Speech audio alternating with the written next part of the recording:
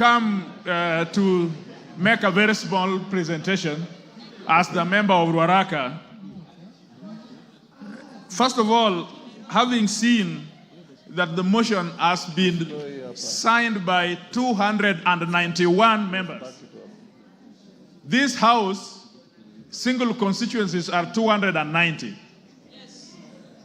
If 291 have signed and will vote, Gachagua must go. Number two, we have not come here to vilify anybody. We have come here with facts, we have come here with evidence, and we have come here with the law.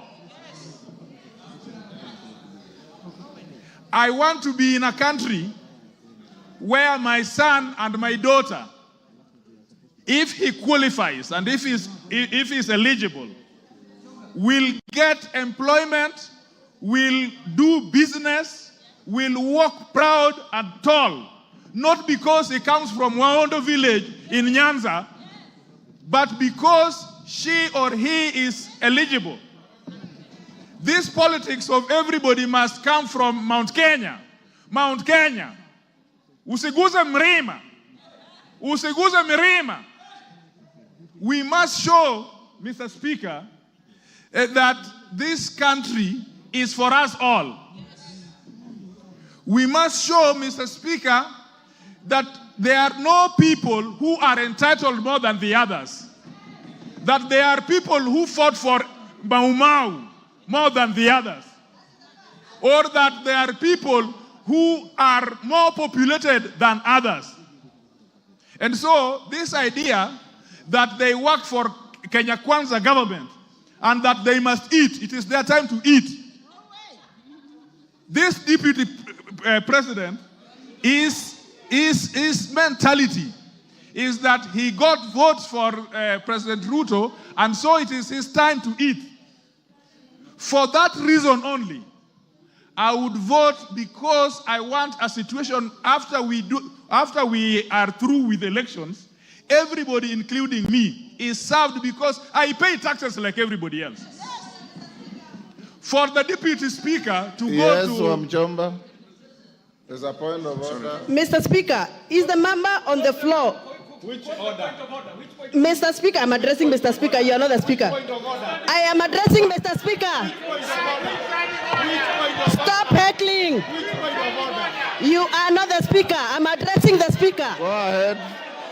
Mr. Speaker, is the member Honorable Kajwang in order to say that there is a mentality that the deputy president has a mentality to eat? Does he have any gadget to measure mentality?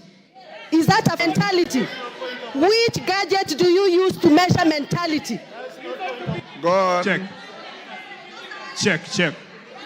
Mr. Speaker, first of all, pronounce my name properly. I'm not Gachagua.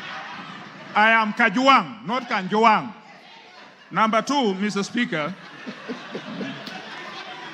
this is a problem. Everybody, I heard them call it RAILA, Kajwang. Some of you must learn that we are in a country for everybody. Nobody is powerful than the other. Nobody comes from a section of community. Today we will show that this country is for everybody. Mr. Speaker, there must be hygiene in leadership. There must be hygiene. You cannot trade with government, and you are the deputy speaker, the deputy president. Sorry. You cannot trade with government, and then you are the deputy president. You cannot trade with government, and you are a state officer.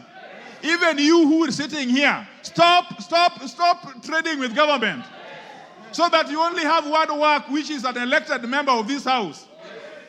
So evidence has been laid before us, and we are clear on page 16 of this evidence that him and his family, first of all, he thinks that his family, it is all right if his family trades with the government.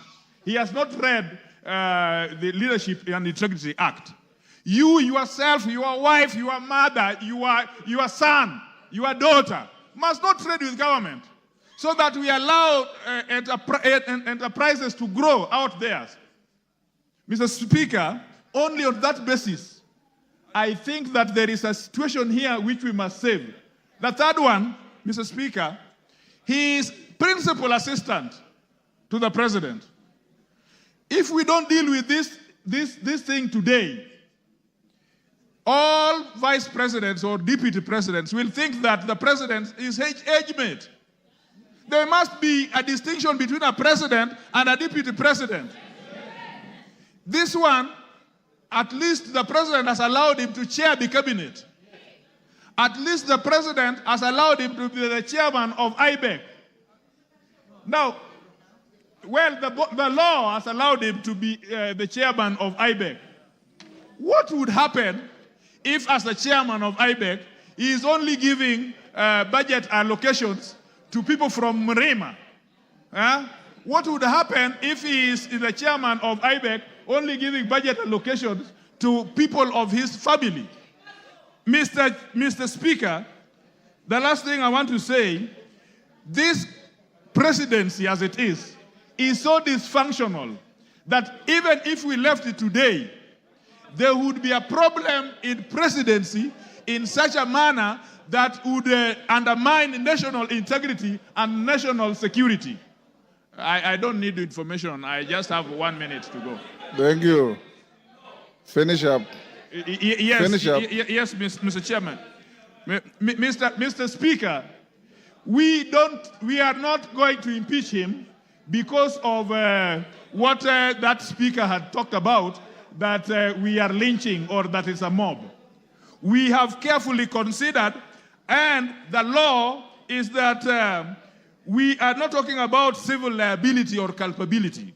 We are talking about accountability.